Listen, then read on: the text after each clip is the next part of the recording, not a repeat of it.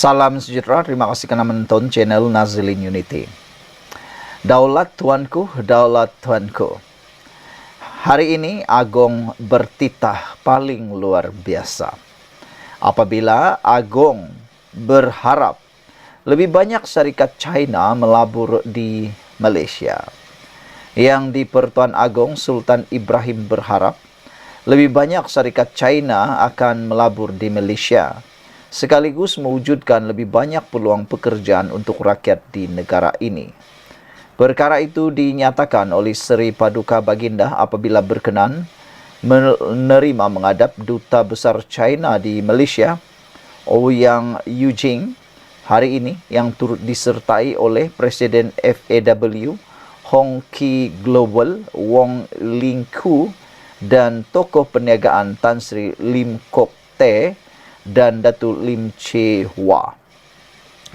Pertemuan bersama Seri Paduka Baginda itu membincangkan hubungan dua hala antara Malaysia dan China serta isu-isu semasa berkaitan kedua-dua negara.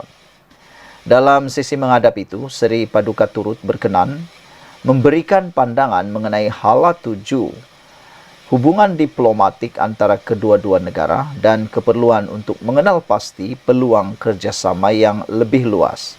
Menurut hantaran yang dikongsikan melalui Facebook Sultan Ibrahim Sultan Iskandar hari ini. Menurut atau menerusi hantaran itu, Sultan Ibrahim bertitah bahawa China adalah salah satu kuasa ekonomi yang penting dan rakan dagang yang besar kepada Malaysia. Justru Seri Paduka Baginda berharap Malaysia menggunakan keupayaan uniknya untuk memanfaatkan dan meningkatkan jumlah dagangan, pertukaran teknologi serta turut mengembangkan ekspor ke China. Dalam pertemuan yang sama, Seri Paduka Baginda turut dipersembahkan dengan Hong Kee L5, sebuah kereta keluaran China, dan Sultan Ibrahim merupakan pemilik pertama di dunia. Kereta keluaran FAW Group yang menampilkan rekaan gaya retro itu digunakan oleh pemimpin tertinggi China bagi acara kenegaraan serta diplomatik. Saudara-saudara sekalian, ini adalah satu pendedahan yang amat luar biasa. Terbuktilah Agong yang kita miliki sekarang adalah Agong yang berpandangan jauh, mempunyai kecerdikan luar biasa, berkait bukan sekadar pentadbiran tetapi juga ekonomi.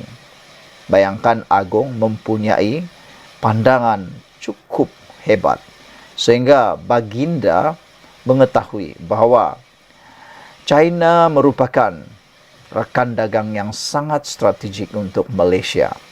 Dengan bilangan penduduk China yang telah pun melebihi 1 bilion orang, maka dengan itu ini satu peluang yang patut kita ambil secara untung. Seperti yang dititahkan oleh Ketua Duli Yang Maha Mulia di Pertuan Agong, Baginda kata kita perlu mengenal pasti peluang kerjasama yang lebih luas dengan negara China. Baginda juga mengatakan bahawa Baginda bertitah China adalah salah satu kuasa ekonomi dunia yang penting dan rakan dagang yang besar kepada Malaysia. Baginda juga berharap negara ini meningkatkan jumlah dagangan, pertukaran teknologi serta mengembangkan ekspor ke negara China. Daulat Tuanku, Daulat Tuanku. Sesungguhnya dengan saranan dan juga nasihat titah Ketua Duli Yang Maha Mulia di Pertuan Agong ini, semoga Malaysia memacu kejayaan yang lebih besar lagi. Sekian dulu untuk kali ini. Jangan lupa tinggalkan komen anda, tekan butang subscribe. Kita jumpa lagi. Bye-bye. Salam sejahtera. Terima kasih kerana menonton channel Nazilin Unity. Kali ini, Razali jahil undang-undang Perlembagaan Bersatu. Itu komen balas daripada ahli Parlimen Bukit Gantang apabila kenyataan Razali Idris bahawa keahlian Wakil Rakyat Bersatu yang berpaling tadah dengan menyokong Perdana Menteri Anwar Ibrahim sudah tergugur secara otomatik membuktikan ketua penerangan parti itu jahil tentang undang-undang dan perlembagaan parti, kata ahli Parlimen Bukit Gantang Syed Abu Hussein Hafiz Syed Abdul Fassal.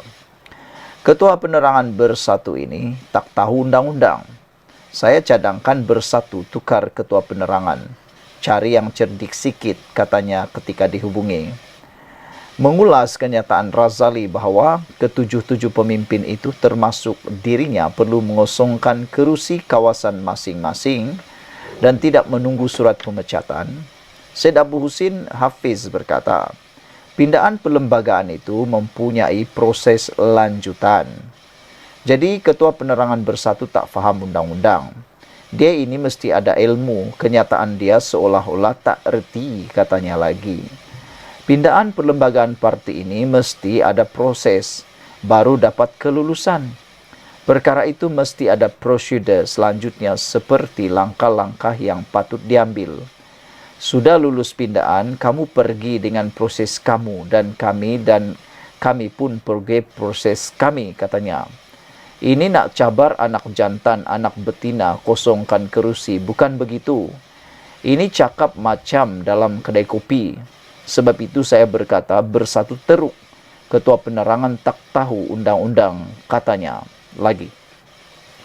Razali hari ini dilaporkan sebagai berkata keahlian wakil rakyat berkenan tergugur selepas Jabatan Pendaftaran Pertubuhan ROS meluluskan usul pindaan perlembagaan parti itu pada 2 April lalu. Pada 2 Mac lalu, Bersatu meluluskan pindaan perlembagaan parti itu bagi melucutkan keahlian parti bagi wakil rakyat yang menyokong mana-mana pihak bertentangan dengan parti. Keputusan itu dibuat dalam Mesyuarat Agung Luar Biasa EGM dengan perwakilan parti sebulat suara menyokong usul untuk meminda perkara 10 perlembagaan Bersatu. Setakat hari ini, 6 ahli Parlimen dan seorang adun Bersatu telah menyatakan sokongan kepada kepimpinan Anwar. Selain Syed Abu Hussein, mereka yang lain adalah Muhammad Aziz Abu Naim, Gua Musang, Zulkapari Hanapi, Tanjung Karang, Zahari Kecik, Jeli, Iskandar Zulkarnain Abdul Khalid, Kuala Kangsar, dan Suhaili Abdul Rahman, Labuan. Manakala adun tunggal yang terbabit pula ialah Abdul Rashid Ash'ari, Selat Klang. Dua komen daripada netizen berkait isu ini ialah Oasis PJ kata support government pun salah. Nak kata bawak idea bernas tak juga. Bila isu yang sepatutnya sama-sama support seperti isu agama bangsa dia diam pula. Memang api dalam sekamlah korang ni, kata Oasis. Tok Mudim pula kata keahlian tergugur secara automatik. Bukan bermakna kerusi juga kosong secara automatik. Kena proseslah dulu. Bagi black and white. Kalau mereka tak mahu kosongkan kerusi, kamu boleh buat apa? Maki hamun dan cerca anak jantan anak betina sahaja pun tak boleh jadi. Tak puas hati, bawalah ke mahkamah. Bersatu takut nak bawa ke mahkamah sebab prosesnya lama.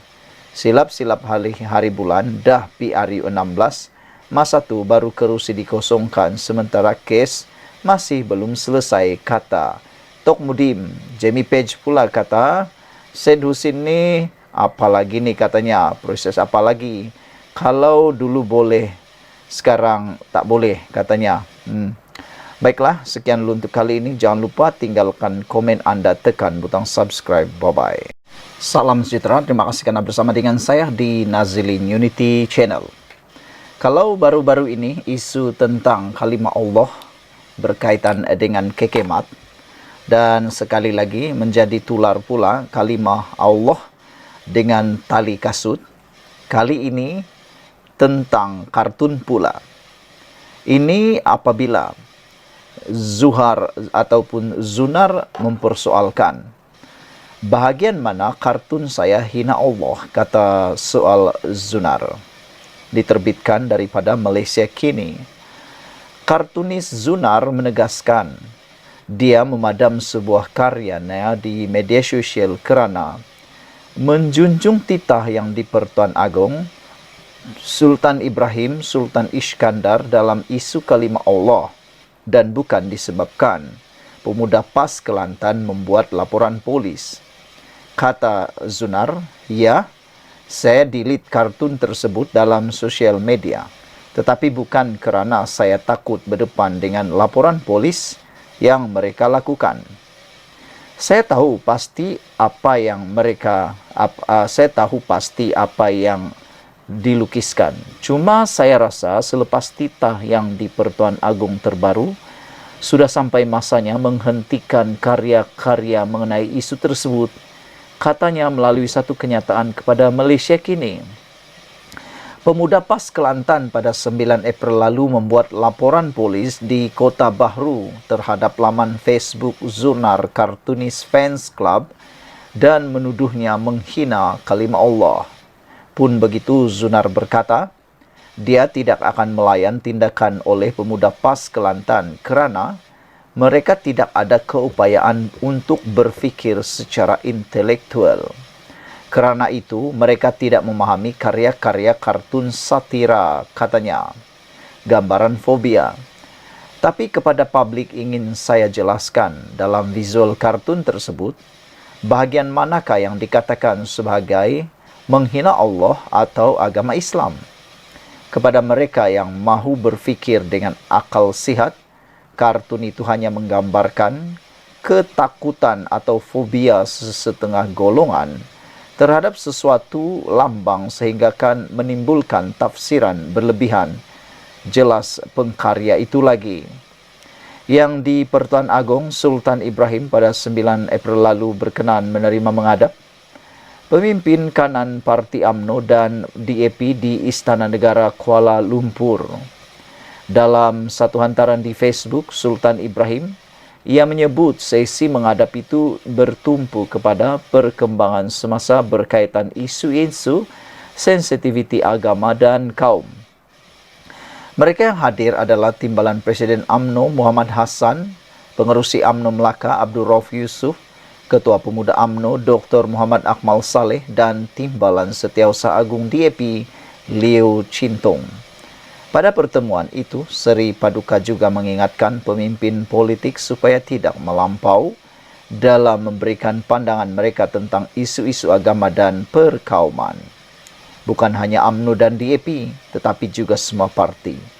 Pemimpin mesti menjadi jambatan atau penghubung antara rakyat majmuk negara kita dengan contoh perilaku yang matang titah baginda. Adalah dipercayai sesi menghadap itu untuk menyelesaikan kekusutan berhubung kedai serbaneka kekemat yang mengundang kontroversi selepas stalking yang tertera kalimah Allah ditemui di 3 cawangannya bulan lalu. Mengulas lanjut, Sultan Ibrahim bertitah kerajaan baru-baru ini sepatutnya membuka mata semua pihak. Bertitah kejadian baru-baru ini sepatutnya membuka mata semua pihak bahawa semua lapisan rakyat mempunyai tanggungjawab menjaga perpaduan negara. Titah baginda perpaduan yang jitu dalam kalangan rakyat akan menjadi pemangkin kepada kesejahteraan sejagat Malaysia. Yang di Pertuan Agong juga bertitah supaya bermaaf-maafan antara satu sama lain sempena Aidilfitri dan membuka lembaran baru.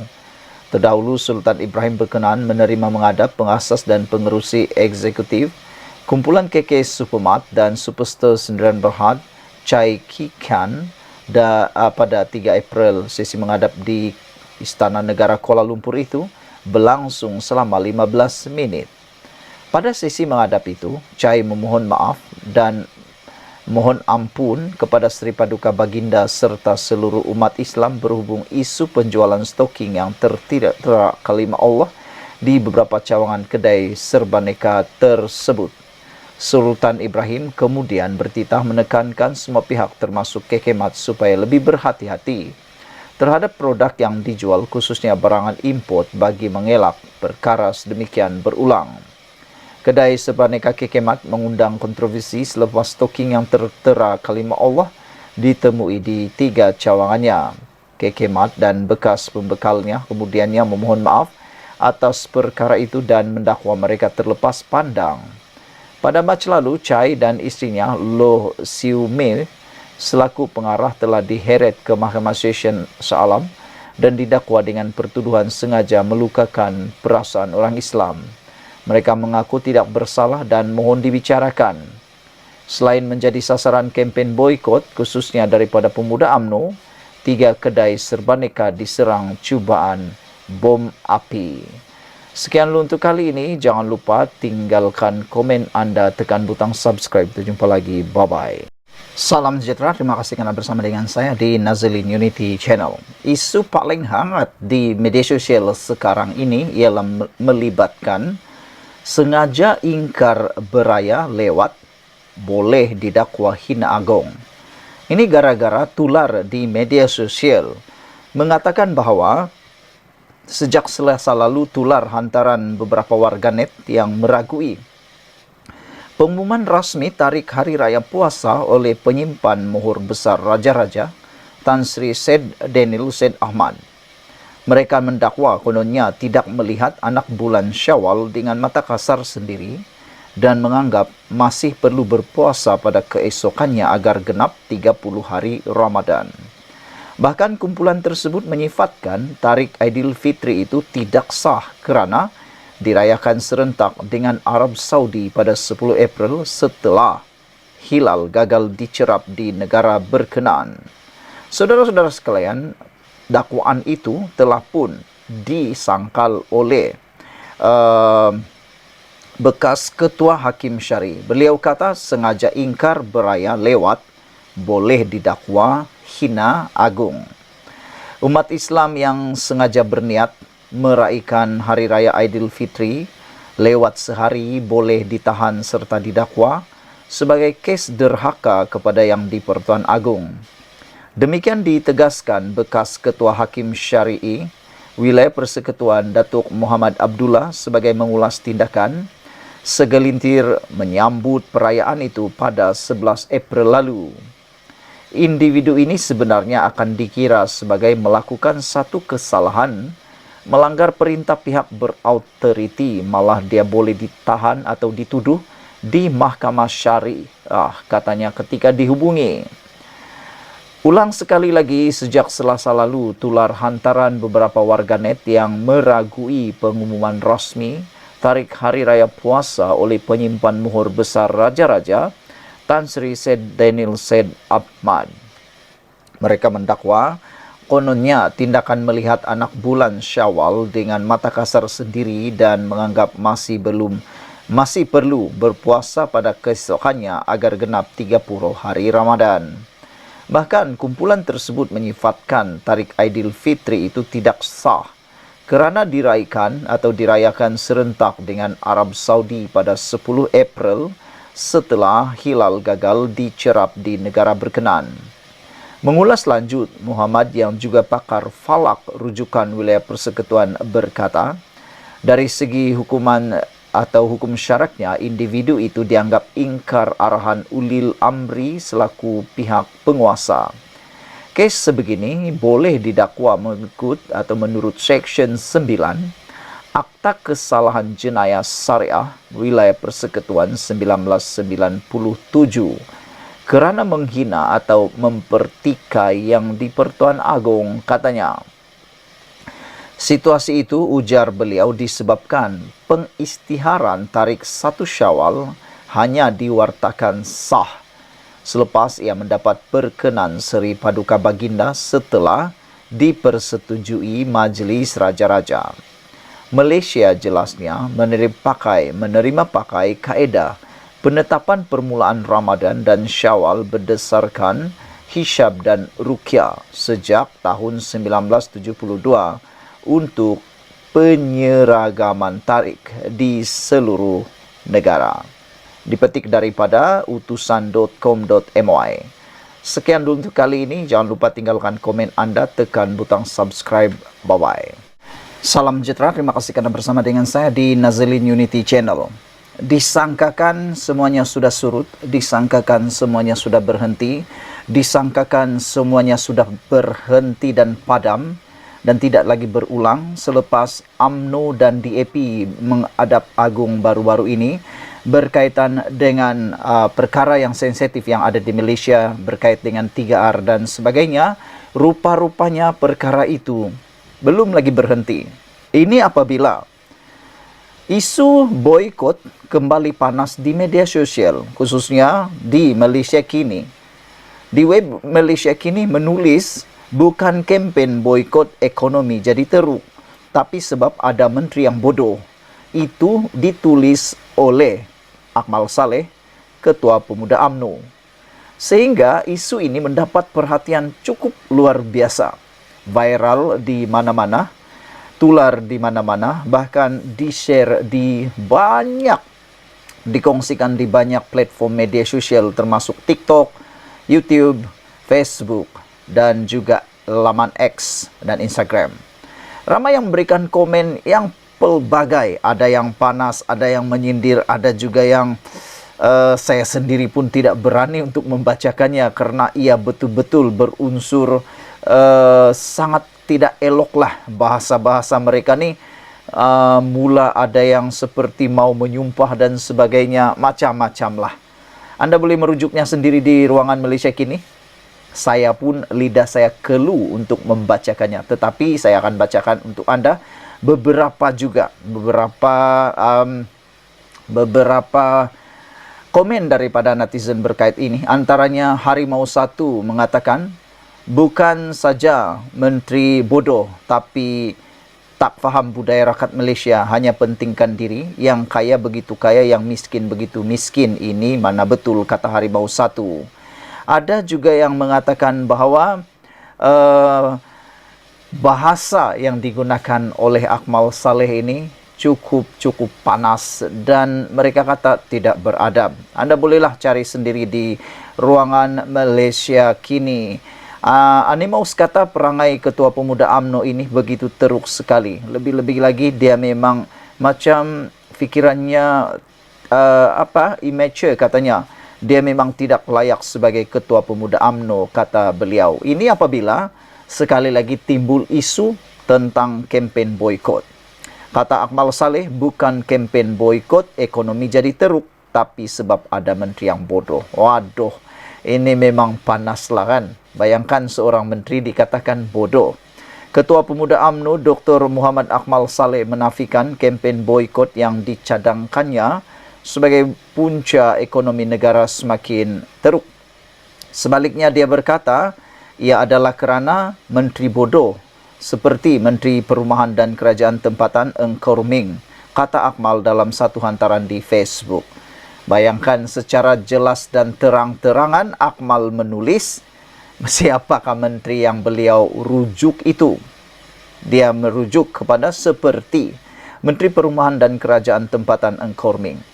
Saudara-saudara sekalian, menjadi perdebatan di ruangan media sosial ialah berapa lamakah kerajaan yang ada sekarang ini mampu bertahan dengan adanya UMNO dan DAP di dalamnya. Siapa yang akan dahulu mengundur diri, menarik diri, melarikan diri daripada Pakatan Kerajaan Perpaduan ini? Sila tuliskan ruangan komen Anda ataupun tulis komen Anda. Pada pendapat Anda, siapa yang mungkin akan dahulu mengundur diri daripada kerajaan yang ada sekarang ini? Kalau UMNO undur diri, kerajaan yang ada sekarang dengan DAP dan parti daripada Sabah dan Sarawak, kerajaan perpaduan ini, kerajaan Pakatan Harapan masih mampu berdiri. Kecualilah salah satu daripada negeri Sabah atau Sarawak, khususnya Sarawak, menyertai pakatan lain. Kata Akmal Saleh, dulu zaman Najib Razak kita buat je kempen boikot tetapi ekonomi tetap naik dengan baik, kata beliau. Semalam Eng membuat hantaran di X mengatakan bahawa pekerja tempatan sedang menanggung sengsara akibat boikot yang dimainkan oleh pihak tidak bertanggung jawab. Berita hari ini memaparkan akibat boikot yang dimainkan oleh pihak tidak bertanggung jawab, pekerja-pekerja kita yang terpaksa menanggung sengsara, tulis Eng Korming. Jangan sekali masuk dalam perangkap penghasut negara kita, memerlukan usaha semua pihak untuk membangunkan ekonomi negara, kata beliau lagi. Anda boleh merujuknya dalam hantaran Encouraging di laman X.